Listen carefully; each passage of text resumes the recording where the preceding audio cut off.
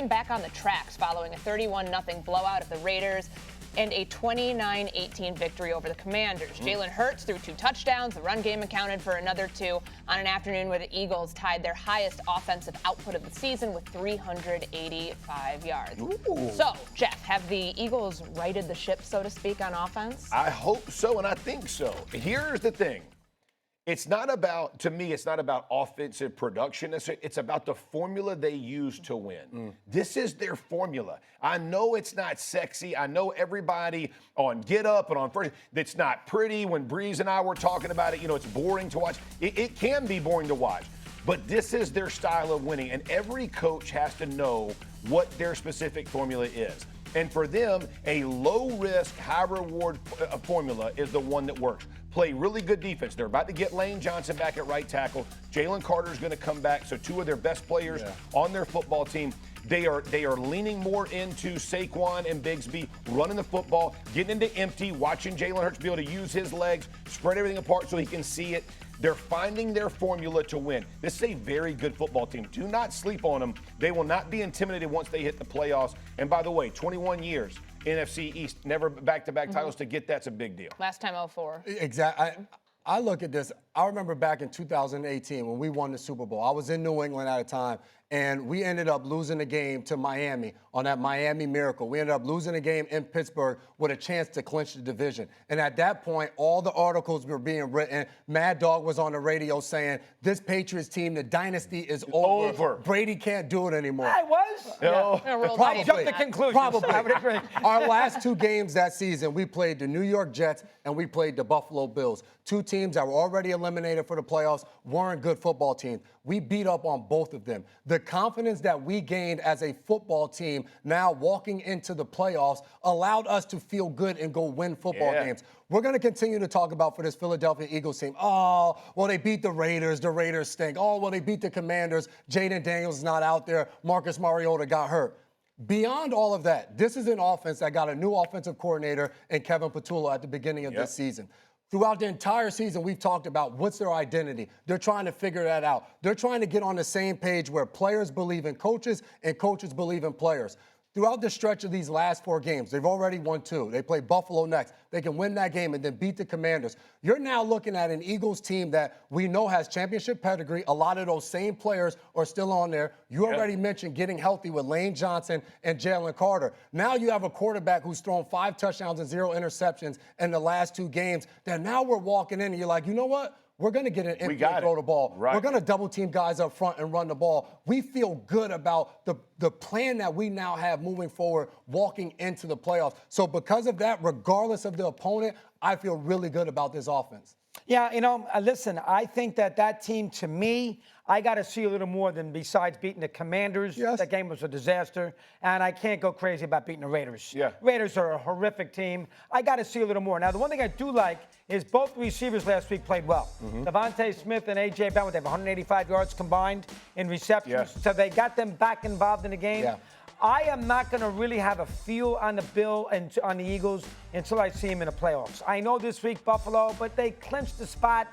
They're going to be the 3 seed. I don't know what the urgency is. Let me see them in the playoffs before I sit there and all of a sudden think they're back that they were. Good point. You played. You know how a team's culture is more than I would. But based on what I've seen as a person who likes to follow this, I gotta see a lot more than beating the Commanders on a Saturday night before Christmas and killing the Raiders before I think they're back on their beam as far as their offense is concerned. I think when you talk about the formulas and like the run game that you're talking about and knowing their identity, going in these next 2 weeks and using that same formula and seeing what it looks like against a Bills team who really hasn't done a great job stopping the run. Can we go run? Can we go push them around and then flip it over? Their defensive front, can they shut down Cook in a very good run game? Because that's what they're going to face when they hit the playoffs. So I think it's kind of sharpening your knives this weekend, right? Of understanding what the Bills are, what they could, and then what they're going to face in the playoffs. I tell you, when I was in Indy, and I'm sure you the same way, but you kind of use these last few weeks. It might as well be playoffs because you want to try things against opponents or similar styles that you're you're going to go play,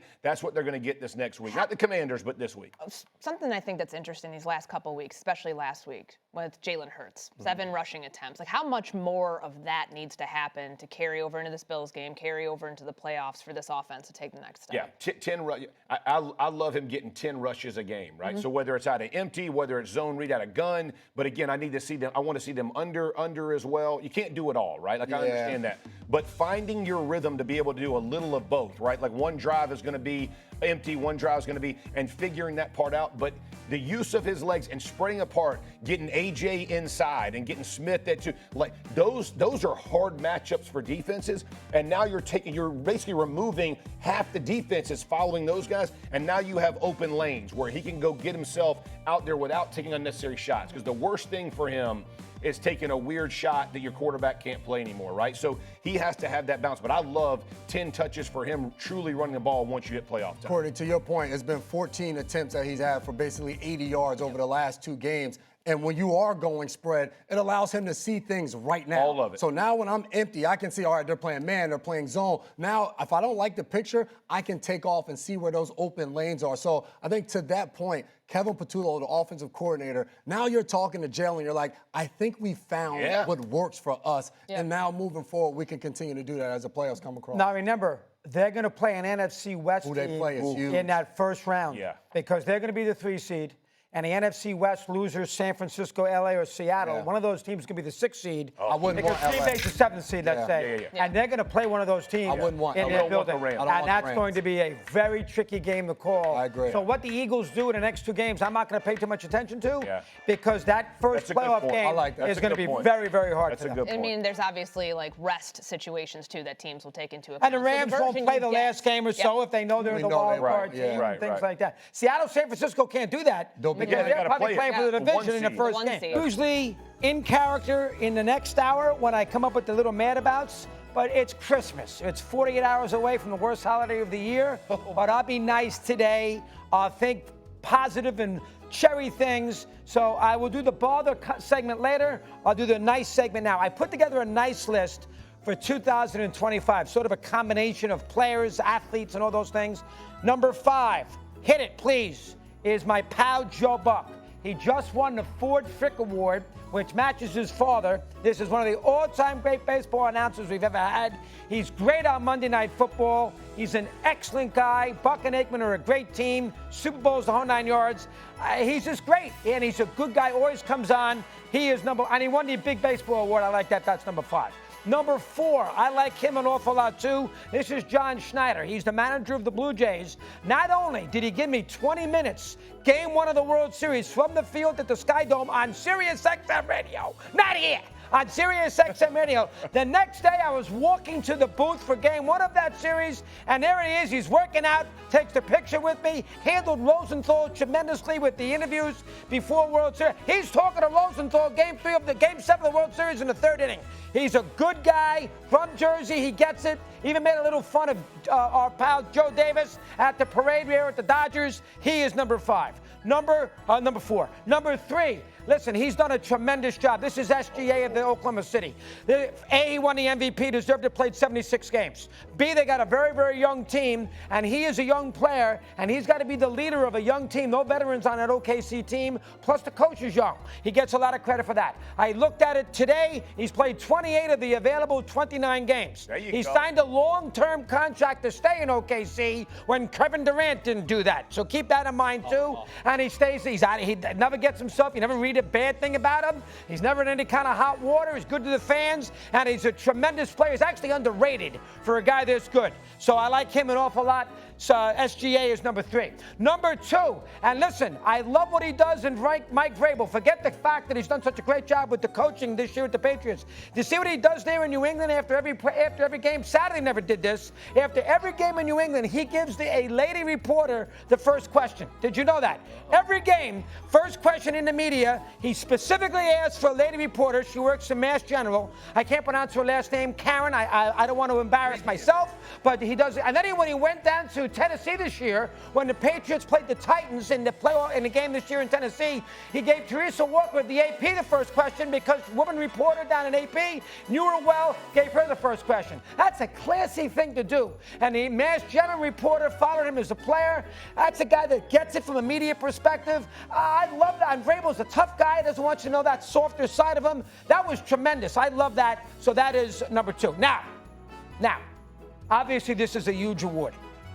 This is the first take version of the Walter Payton Award. Number 1. Oh my gosh. With number 1. So who am I going to put number 1? Am I going to put Stephen A? No. No? Am I going to put Catalan for that stupid 200th game? No chance. No. Am I going to put Sam Tanucci, the guy who put together the Mad Dog segments? No. Am I going to put together the driver because I got the great cars now coming in and work every day? No. Cordy Crowan? No. Saturday? Not a chance. Number 1, the nicest guy list in 2025, and it's not even debatable, is me. That is a joke. Who shows up here every Wednesday to do the shows? I don't do it. I don't like swagoo. I don't hang out in that. I'm here. Who comes out of my house when they need me for the baseball for the 35-second spot with the baseball with the World Series? Who does it? Christopher Russo. Who does every meeting at 2:30 on the day before I do the shows on First Take on Tuesdays? Chris Russo. Who's on there every morning at 7:30 when I come in being nice as it can be? Christopher Russo. This is a no-brainer. I'm 66 years of age. Cut it off. This is the last thing I need. But there is not a better person for this show than the guy you're talking to right here. I am number 1, no questions asked. Good gracious. Is this list fluid? I hope so. This list is not fluid because this is not changing. You want to change everybody else? Go right ahead. That stays number 1. This is terrible. No, it's not. This right here is. Listen, have you ever seen after a player makes a big and they do this and they just point to the back on their own name? That's exactly what we got from Doggy right here. Giving himself props, giving you all the list of his tough day. Listen, I come on TV, I work really hard for 2 hours. Then I go on radio and work for 3 hours. Those 5 hours are really tough work. Hey, listen, not the average person could do it. Wow. Not only does he come on TV and go on radio, he repeats and says the same things on radio that he just said on TV. Does he? I was feeling your list. You got your number 2. You had Grigian. That's how you say your last name. I was like, wow, Mad Dog is on a roll. You can't put yourself on your list. Never. You cannot let us do it. And then it's the Christmas time. He comes on the show every Wednesday. Think about all the people that have to do their job to allow Mad Dog to cook and come up with these takes. Did we hear him shout out anybody? No. A producer? A director? No. Russ, the stage manager? Telling him where to stand? He didn't do any of that. So the hell with all the people at First Take that gives him all of this shine. It's all about Chris Russo. He even talked in the third person. He did. Unbelievable. The things that you listed off were like the qualities that you do. That's your job. You basically just checked off your job requirements. Exactly. Not even above and beyond. He's giving everybody else the above and beyond. For him, he just gives the bare minimum. He gave the bare minimum of a media job and acted like, hey, point to me. SGA's uplifting his teammates. Vrabel, Buck following his doing the extras. He's helping out. He's lifting up sport. And then you say, what are you doing? We're just doing my job. I come here every Wednesday to talk to you. He brings joy. Talk to you. No Monday? Every Wednesday. No Tuesday? I come every day, but there's too much money for them. They can't afford it. Oh, there it is. Okay, I do have we're not making what you're making, so we're not commenting on that. We're just happy to be here. I do have one question. So you have Mike Vrabel at number 2. Is he your coach of the year in the NFL this year? You know, I tell you, Shanahan deserves some credit too with all the quarterbacks. But yeah, right now, Vrabel probably the coach of the year.